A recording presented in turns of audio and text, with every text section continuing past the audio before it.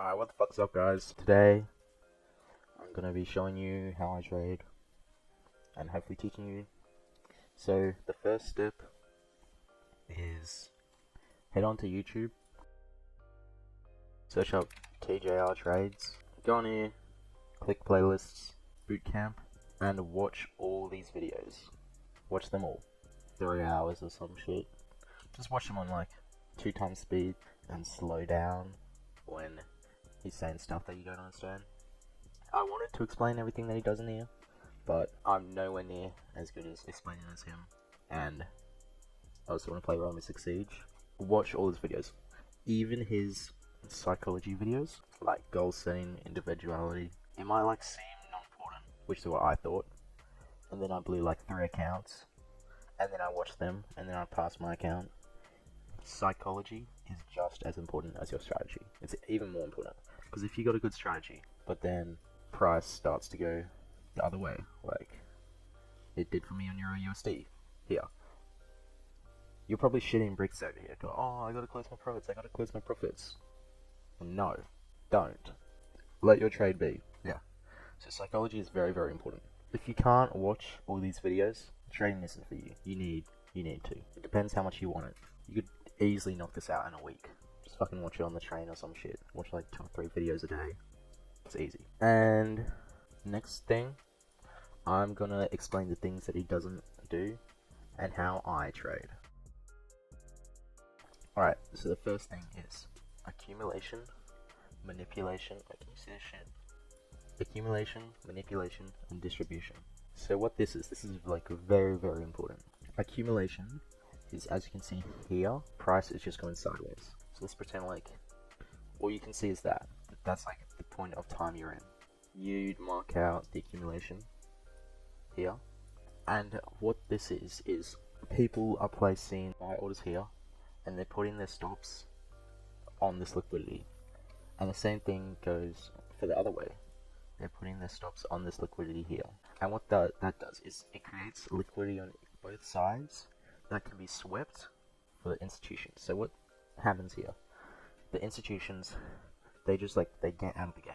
Every single time you see a big move, that's an institution at play.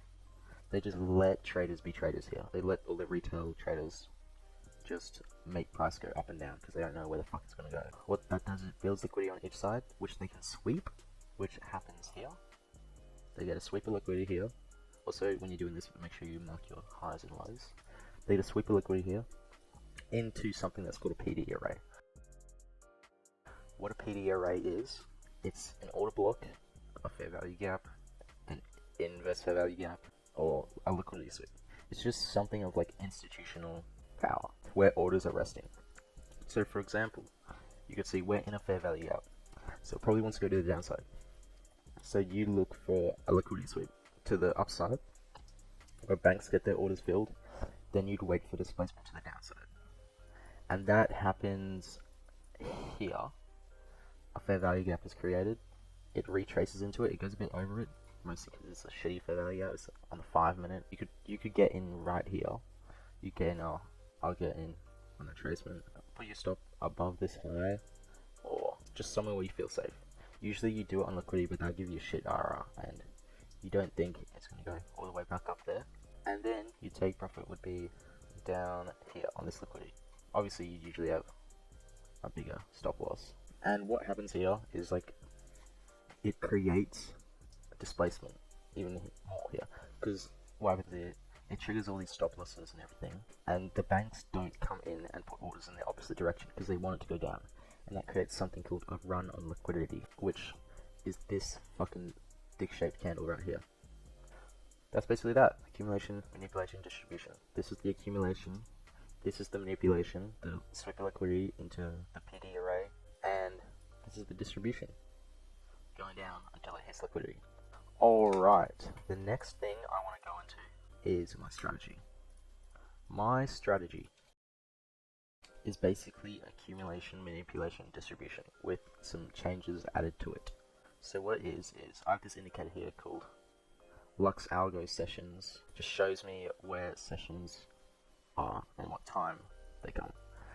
And basically there are 4 different sessions. There's the Sydney session, the Tokyo session, the London session, and the New York session. London is what I trade, and sometimes New York if I'm feeling a bit cheeky and I want to stay up. Basically the Sydney and the Tokyo session, they're the same session. Before I go over the strategy, I'll explain the dynamics of the sessions. So the Asia session, the Sydney and Tokyo session, it's usually that accumulation part of accumulation, manipulation, and distribution. Look at that. That's accumulation right there. And the London session is usually the manipulation and sometimes also the distribution. And what London does is it usually creates the high or low of the day. So what I'll look for is if I see good accumulation, so like where price is just going back and forth like all day during Asia, what I'll do is I could tell it wants to go to the upside right here because we just retrace off this massive fair value gap here. Let me clean up my chart, it's fucking messy. Yeah, it had this massive retracement into here, and it looks like we're continuing from that. You'd go on a higher time frame, you'd find your PDRA, which would have been like, that's tricky. Doesn't look like, you'd think there'd be a fair value gap down here, but, well, you'd see that your PDRA in this instance looks like it'd just be a liquidity sweep, because there's a lot of shitty price action right here. So, you'd wait for London open, see that there's a liquidity sweep here, and what you do is you'd wait for liquidity sweep, sweeps this liquidity, usually it wants to go a bit further then come back up, but it's different every single day, and then you'd wait for displacement from that liquidity sweep, so that would be here, and what displacement does is it creates a fair value gap. You'd enter here at the 50%, stops below the low if you want, or stops below the fair value gap. In my case, I usually put my stops below the low. Put my take profit at the next liquidity. Shit. And you got yourself a good trade. Obviously it went a bit higher. You could see that it probably wanted to retrace into this fair value gap up here. So you could put like your take profit at like maybe the start, which would be like around here. You can't really see on this time frame to get yourself a bigger risk to reward, but obviously you're risking more. The next thing I want to go over is when you have to align this trade with your daily bias. When I first started doing this, I'd see, oh, it's swept liquidity, oh, it wants to go this way, oh, when it doesn't want to do that every single time. It doesn't happen every single day. It's not going to. For instance, here it swept these highs, then went down massively, and you'd be like, oh, I wanna put in a sell right here. When you wouldn't even put a sell in here, because there was no fair value gap, there was no entry for you to put a sell in, and it just continued up this way. That's probably because chased off this fair value gap, invalidated this order block here, and so on. And if you look on a high time frame like the 4 hour, you could see it wanted to go up. It was in an uptrend. That's why your daily bias is important. Only take that trade if it's aligned with your daily bias. Usually I find like 2 or 3 currency pairs that's going to happen on. It doesn't happen on every currency pair. That's why I have a whole bunch of different ones. And what that allows me to do is only take the best setups. Gold is my favorite. I don't know why. Fucking freaks you out though. I do not recommend gold for beginners. I'd recommend you guys start on Euro USD. I don't recommend you guys start with multiple different currency pairs because it's going to freak you out. You gotta like learn when to not take trades as well. Usually this happens on Mondays. What we call no news Mondays. Usually just ends up with shitty price action. Banks don't really take action on that and it just goes sideways. The next thing I want to go over is news. So what you'll usually do for news, you'll head over to Forex Factory. You'll enter your currency or whatever into here. It'll show you the news for the day. Like today's a shit day to take trades. You got CPI coming in, which is red folded news. Red folded news means it's probably going to actually fucking do something. Unless it's red, don't worry about it. If you see like FOMC or Powell speaking, don't trade those because like it's not very predictable. It's going to go up and down. But whereas in CPI is Consumer Price Index. It comes out every month and it just makes the price go in one direction. And there's also something called PMI, which is the same thing but for individual persons. And that was, as I'm going to explain, that was here. And what that did is, in my belief, unless it's like Powell or FOMC, news, the banks and institutions, they already know the news. They've got the data before you. Yeah, I was in a short on EURUSD here. So I got in like here. Had my stop loss above this high. Like I saw a few bits, and I saw it was going back up. And I got a bit scared, but I thought it was going to go down here. I had my like take profit at the 50%.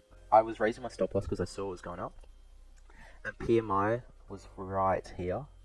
And this is when I realized, like, news is rigged. The banks already know what was going to happen. As you can see, they swept this liquidity. They took this liquidity so they could get their sell orders in here. I was this liquidity, but I increased my stop loss, so I ended up going through it.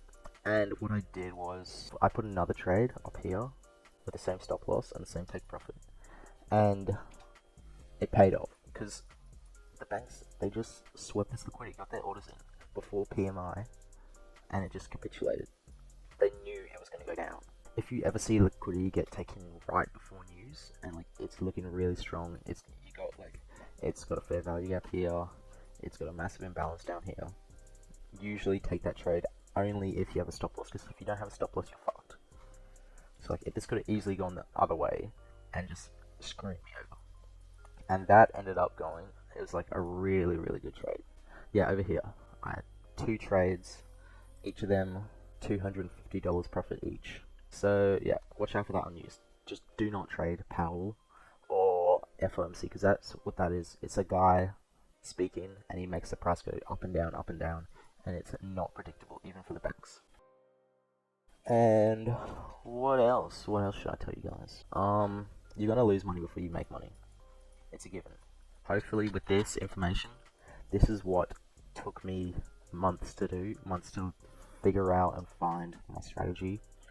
The London liquidity sweep thingamajig with the accumulation and manipulation. That took me months. And you guys gotta keep it consistent. You gotta enjoy doing this. I love doing this. It's a game, and it's a psychology game. Psychology is arguably more important than your strategy, because that's what's gonna end up in you revenge trading, which is the worst thing to do. If you lose a trade, do not trade just because you want to make the money back. That is how you lose money. Also, make sure you have a good risk management plan. So, the way you do that is you want to risk 0.5% of your account per trade. Angus, how do I do that?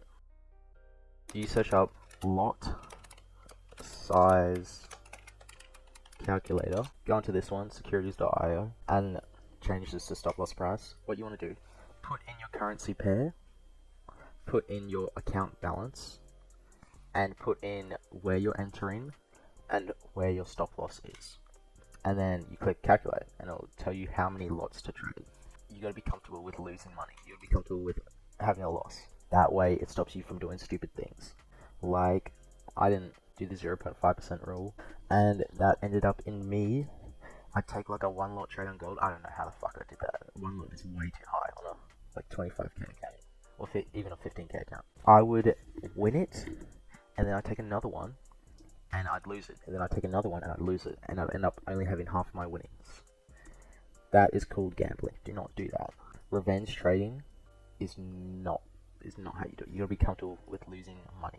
That way, if you're comfortable with losing, you have clarity of mind. You make the right decisions. Trading is only gambling when you don't have a good mindset. Otherwise, it's extremely predictable, and it just happens day in. The same things happen day in and day out, which lets you make money. Just have a good mindset. You definitely will lose money before you make money. It's a given. This isn't a get rich quick scheme, and you're gonna get made fun of. But fuck it. Who cares when we're up? Alright, ask me any questions if you want.